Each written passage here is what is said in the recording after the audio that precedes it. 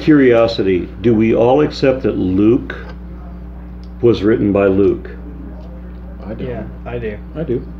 And Luke. Do the atheists accept that Luke was written by Luke? Of course not. In fact, I think there's a very good argument that Luke shows dependence on Josephus and was probably like early 2nd century. Would you agree that Luke and Josephus were both writing against each other? I think that it's possible that Luke was aware of Josephus. I don't think Josephus was aware of Luke. There's Dr. Robert Price brings this up, where Luke seems Richard to be, Curvo is the one that I'm aware of. where Luke's depiction is also Josephus' projection of the same event, where Josephus says, and his Jewish name was Joseph Bar Matthias, which sounds like Joseph of Arimatheus. So Luke is describing Joseph of Arimatheus, and Josephus is describing how he found 3 of his friends being crucified, and he went to Titus to have them brought down, and that 2 of them survived, but 1 of them died, or 2 of them died, and 1 of them survived. I can't remember which way that is. But the way that I read both versions of it, they're talking about the same event, and they're contemporary with each other, unlike Matthew, Mark, and John.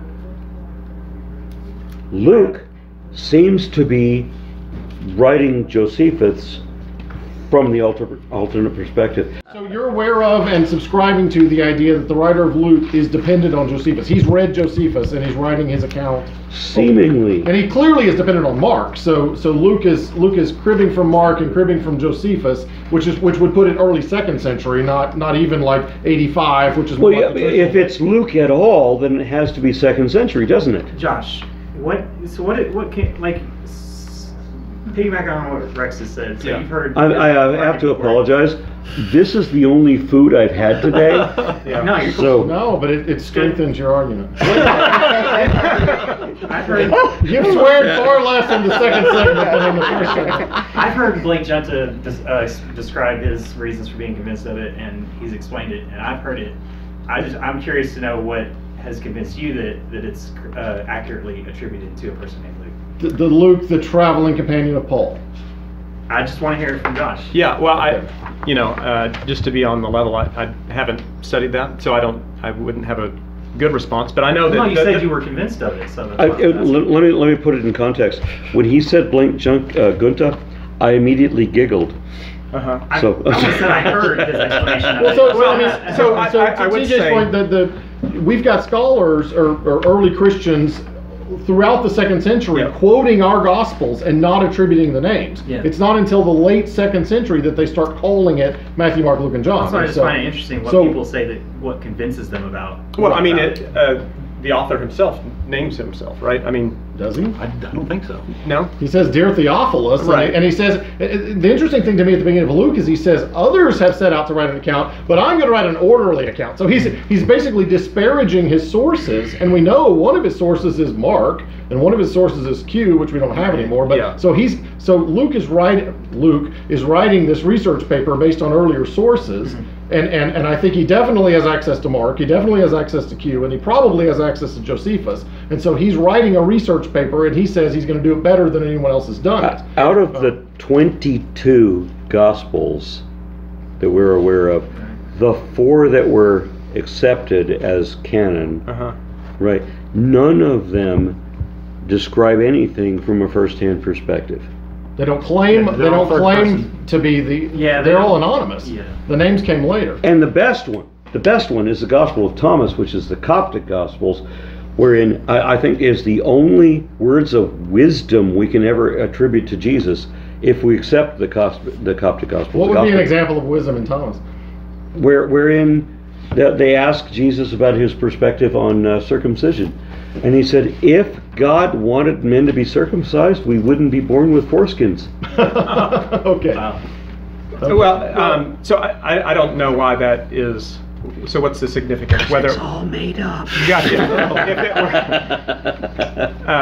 If it were, I mean, what is the significance? Well, so the significance is, to get back to the original topic, if the idea is, was Jesus foretold in the Old Testament, and we're saying these Gospels are later and later and later than Christians had claimed. If Mark is in the 70s and Luke is as late as early 2nd century, they're very well aware of what's in the Old Testament. They can write in anything they want.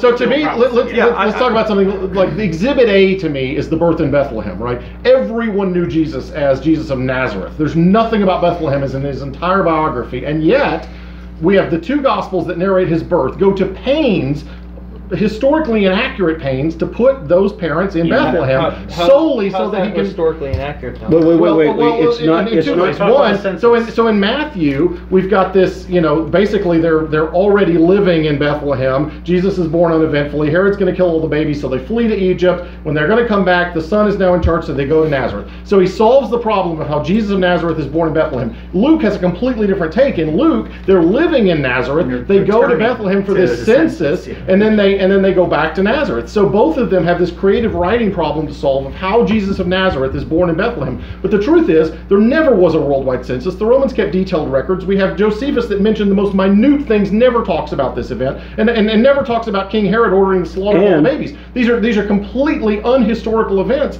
that both of these authors needed a reason for Jesus of Nazareth to be born in Bethlehem, and they solved it in completely different ways. And the whole reason that they wanted to put him coming out of the city of David, right? The whole reason they wanted him to come out of Egypt was in a story that was not depicting an individual person. It was depicting Israel as an entirety coming out of Egypt.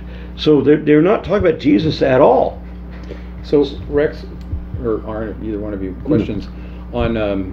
You both mentioned Josephus, so this is just what's fresh in my mind. Do you find that Josephus? First question is, do you find that Josephus and the information that he contains is somehow detrimental to the Gospels? I think it's extremely detailed, and if either of these historical events had happened, then he would have mentioned them. Okay. If King Herod had ordered the slaughter of the male babies, Josephus would have mentioned it, given the minutia that he mentions. So Josephus is problematic for what he does not say. Is that what I'm hearing you say? And some of the things he does say, and some of the things that are attributed to him that we found out later on are not true. All of you are saying that Josephus presents problems for the narratives of the Gospels, is what I'm hearing in a general sense, correct?